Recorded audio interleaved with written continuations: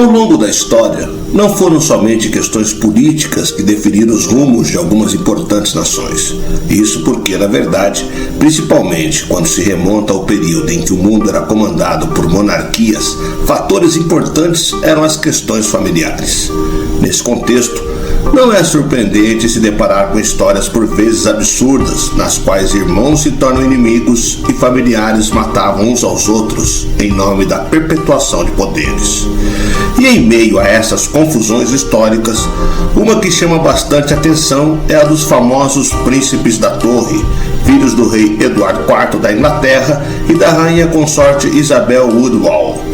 Eduardo V da Inglaterra e seu irmão Richard de Shrewsbury, Duque de York, marcaram a história com um dos desaparecimentos mais misteriosos que mais de 5 séculos depois segue sem solução. Porém, teorias para tentar encontrar a resposta para esse evento não faltam.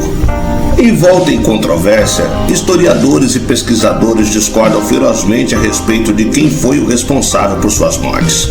Debatem quando e se ambos os príncipes morreram, se um ou os dois de fato sobreviveu. Este escândalo afetou profundamente aqueles associados com os príncipes, incluindo 2 reis ingleses, Ricardo III e Henrique VII. Eu sou o Sidney Góes e você está no Placebo. Se inscreva no canal, deixe seu like e vem comigo que no caminho eu te explico.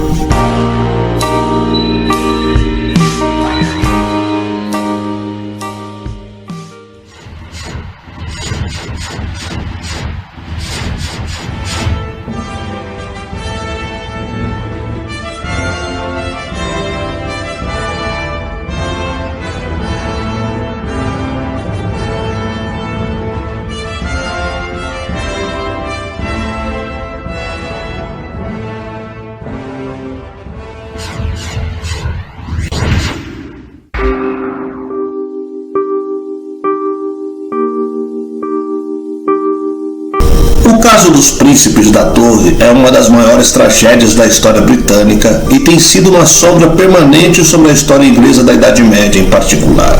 Os 2 jovens irmãos, um de 12 anos de idade e o outro de apenas 10, foram retirados à força do convívio público pouco após a morte de seu pai e nunca mais foram vistos.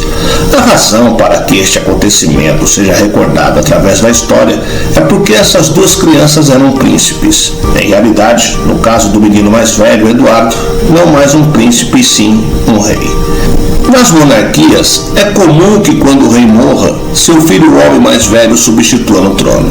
Caso isso não seja possível, o sucessor seria o outro filho, sempre com preferência aos mais velhos. Ou, em casos mais extremos, até mesmo o possível irmão do rei. E todas essas peças existem na história dos príncipes da Torre. Em abril de 1483, Eduardo IV faleceu repentinamente aos 40 anos. Seu sucessor, Eduardo V, porém, tinha apenas 12 anos quando a tragédia ocorreu. O menino mais novo tinha 9, tornando-se assim um rei jovem. Contudo, a ganância do seu tio Richard III fez com que o parlamento declarasse os garotos como bastardos e, em seguida, o coroasse rei, a partir da emissão de um documento conhecido como Títulos Régios. Nesse contexto, Richard ainda mandou prendê-los na Torre de Londres, na época uma residência da realeza além de uma prisão. E foi aí que se instaurou o mistério. Os 2 garotos não foram mais vistos. E é claro que a partir de um evento mal explicado, muitas teorias foram levantadas para tentar explicar o destino dos meninos. Desde o desaparecimento, uma teoria comum é de que os 2 príncipes teriam sido assassinados a mando do tio Ricardo. Essa hipótese ganhou ainda mais força depois que no século XVII foram encontrados os restos mortais de 2 crianças na escadaria da Torre de Londres. Porém, a historiadora Philippa Langley acredita que a verdadeira história pode ter sido bem diferente. Langley encontrou documentos que, de maneira inédita, sugeriam a fuga dos 2 príncipes, em vez da morte no local em que foram trancafiados. Um desses documentos, inclusive, seria o relato de Richard, o príncipe mais novo, escrito uma década depois do desaparecimento dos irmãos. Nele, o autor descreve como foi contrabandeado para fora da Torre de Londres por Henry e Thomas Percy. Eles rasparam o meu cabelo e vestir uma camisa pobre e sem graça, e fomos para a doca de St. Catherine, descreve o relato. Então, eles teriam viajado de barco onde eles embarcaram nas dunas, em Boulogne-sur-Mer, antes de viajar para Portugal. O nível de detalhes do documento levaram Langley a duvidar que poderia ser mentira. Para averiguar a veracidade do documento, especialistas independentes o analisaram e, de fato, autenticaram-no como sendo escrito na época. No entanto, não existe qualquer evidência que Richard teria sido, de fato, o autor. Outro documento que chamou bastante a atenção de Langley foi um escrito em 1483 que, surpreendentemente, parece ostentar um selo real e a própria assinatura de Richard, Duque de York.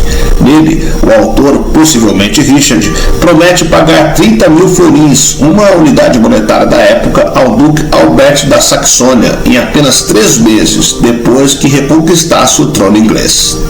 Além disso, em 1495, desembarcou na Inglaterra com um pequeno exército um homem que afirmava ser Richard. A invasão, porém, não teve muito sucesso e as tropas fugiram para a Escócia. 2 anos depois, tentaram realizar o avanço mais uma vez e então o possível Richard foi capturado. Como resultado, ele assinou uma confissão na qual declarava ser filho de um banqueiro chamado Percy Warbeck. Porém, para Langley, ele realmente pode ter sido Richard.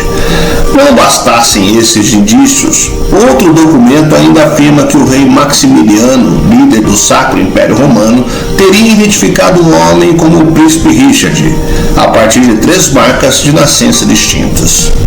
Mas e Eduardo? Apesar da figura de Eduardo ser a mais mencionada, Langley acredita ter encontrado documentos que também indicam a fuga de Eduardo, que teria tentado reconquistar seu direito ao trono. Um deles seria o recibo francês de 1487 de armas para uma invasão de York à Inglaterra, em nome de Margarete da Borgonha, a tia dos príncipes, que afirmava que a invasão seria liderada por seu sobrinho, filho de Eduardo IV, que teria sido expulso de seu domínio. E de fato, ocorreu uma invasão na Inglaterra liderada por um jovem chamado Lambert Simeon. No entanto, ele foi capturado na Batalha de Stockfield e preso. Alegou ser realmente Eduardo. Por outro lado, muitos historiadores possuem relutância com essa história, mas Langley realmente acredita que Simeon era, de fato, o herdeiro legítimo do trono.